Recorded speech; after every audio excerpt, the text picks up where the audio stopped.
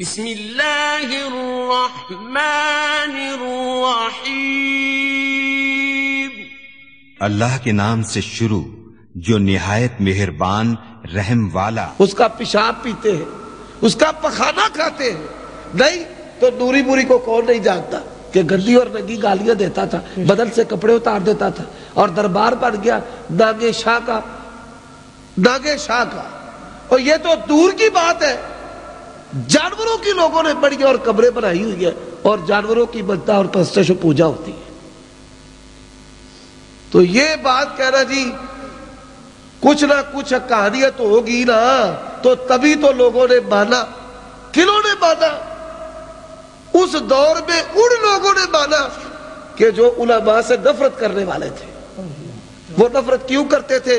انگریز کی محبت میں، انگریز سے بڑے متاثر تھے، تو انہوں نے کہا یہ انگریز کی حمایت کرنے والا ہے، مولوی اس کے خلاف ہے، تو چلو اس کو ساتھ مل جاؤ۔ دوسری بات، شہرت کے بعد سب سے پہلے دعویٰ مرزا غلام احمد قادیانی نے جو سب سے پہلا دعویٰ کیا وہ میں آپ کو سنانے لگا ہوں، اور یہ کتاب میرے ہاتھ میں سلسلہ احمدیہ ہے، اور اس کتاب کو لکھنے والے مرزا غلام احمد قادیانی کا بیٹا مرزا بشیر احمد۔ اس کے اندر لکھتا ہے کہ مرزا غلام احمد قادیانی نے کون کون سے دعوے کیے، ان سارے دعووں کی تفصیل جو ہے وہ اس کتاب کے صفحہ نمبر 237 سے لے کر 253 تک موجود ہے، وہ سن لیں۔ سب سے پہلا دعویٰ مرزا غلام احمد قادیانی نے سب سے پہلا دعویٰ کیا مجدد ہونے کا۔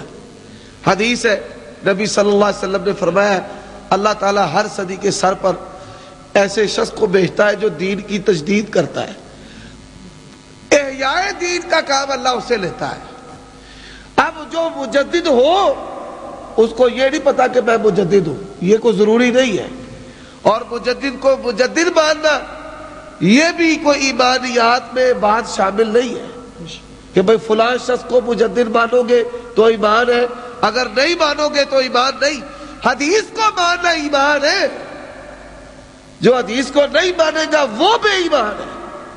لیکن مجدد کا تعین یہ انسان کرتے ہیں، اور انسانوں کی جو رائے ہے اکثریتی رائے، کوئی شخص اگر اس کو نہ مانے تو اس کے اسلام اور ایمان پر انشاءاللہ کوئی قدر نہیں اللہ کے فضل سے۔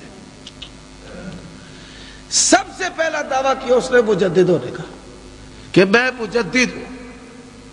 اب یہ بات میں نے واضح کر دی کہ بسم اللہ کی بات سے لے کر والناس کی سی تک، موطا مالک سے لے کر شرح بحر الاثار للطحاوی تک، بخاری سے لے کر بہقی تک، کل ذخیرہ دین جو ہے اس کے اندر ایک نقطہ بھی ایسا نہیں کہ فلاں کو مجدد نہ مانو تو تم بے ایمان یا بے اسلام ہو یا فاسق ہو یا گمراہ ہو یا فرقہ ناجیہ سے خارج ہو، ایسی کوئی بات ذخیرہ دین کے اندر موجود نہیں ہے۔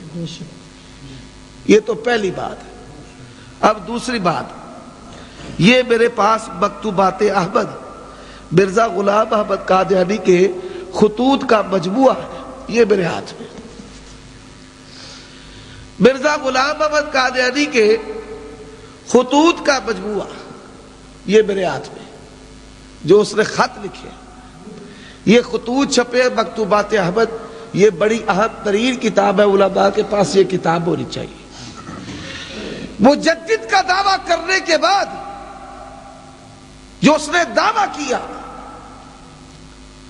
وہ کیا ہے؟ وہ دعویٰ ہے کہ میں مسیح مسیح ہوں جو آنے والے عیسیٰ ہے نا، چونکہ وہ تمام فتنوں سے لڑیں گے، اللہ نے مجھے ان کی طرح بنا کے بھیجا ہے، ان کی طرح۔ مسیح کا دعویٰ، مسیح کا دعویٰ۔ یہاں پر یہ بات میں واضح کر دینا چاہتا ہوں کہ میں قادیانیوں سے اکثر سوال کرتا ہوں کہ مرزا غلام احمد قادیانی نے کہا میں مجدد ہوں، تو بتاؤ نا تجدید دین کا کون سا کام کیا، کون سا ایسا نقطہ ہے کہ جس نقطے کے بارے تم کہہ سکو یہ تجدید دین ہے، قیامت کی صبح تک کوئی قادیانی مرزا غلام احمد قادیانی کی تحریروں سے ایک نقطہ بھی پیش نہیں کر سکتا کہ جس کو وہ تجدید دین کہہ سکے۔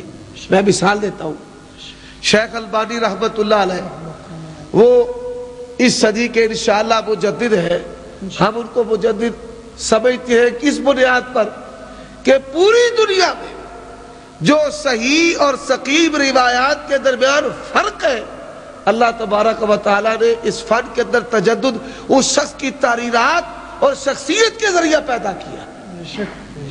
اسی طرح پوری دنیا میں جو غلبہ توحید کی تحریکات ہیں اس کے مجدد شیخ ابن باز رحمت اللہ علیہ کہ مشرق سے لے کے مغرب تک ہر تحریک کی نگرانی، ان کی معاونت وہ خود کرتے تھے، اور ان کے سینکڑوں ہزاروں جو رفقا تھے، سیکٹری تھے، وہ ہمہ اس کام پر مصروف عمل رہتے تھے۔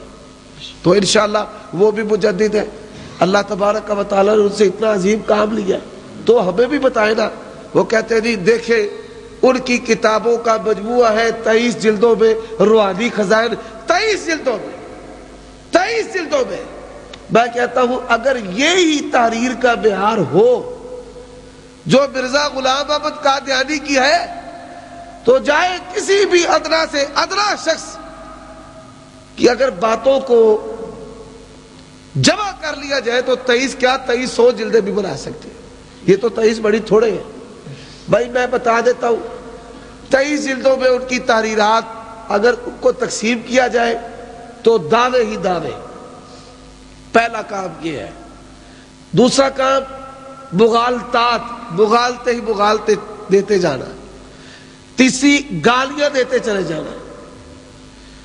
چوتھی چیز تکرار، ایک بات بار بار بار بار اپنی کتابوں کے اندر لانا۔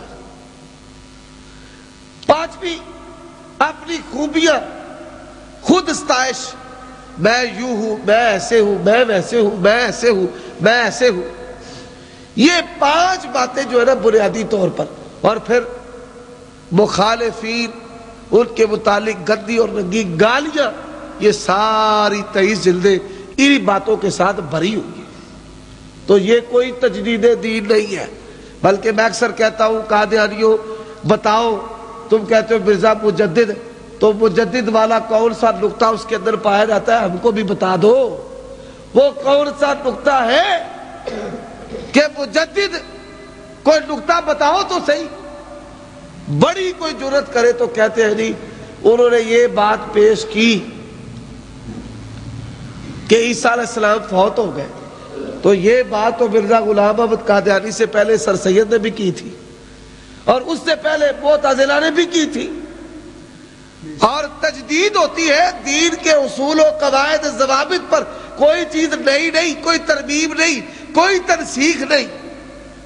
تو ترمیم تنسیخ کر کے کوئی شخص کہے کہ میں نے تجدید کی ہے تو یہ تجدید نہیں ہے، یہ بدعت ہے۔ دین کے اندر ایسی چیز داخل کرتا ہے جو دین کا حصہ نہیں، یا دین کا جو حصہ ہے اس کو دین سے خارج کر دے، تو یہ تو ظالم شخص ہے۔ اب وسیلے مسیح اس نے مشورہ کیا کس سے؟ مشورہ کیا حکیم نور الدین سے۔ حکیم نور الدین کون تھا؟ یہ مرزا غلام احمد قادیانی کا پہلا خلیفہ تھا۔ یہ مکتوبات حصہ 2 میں، اور حصہ 2 کا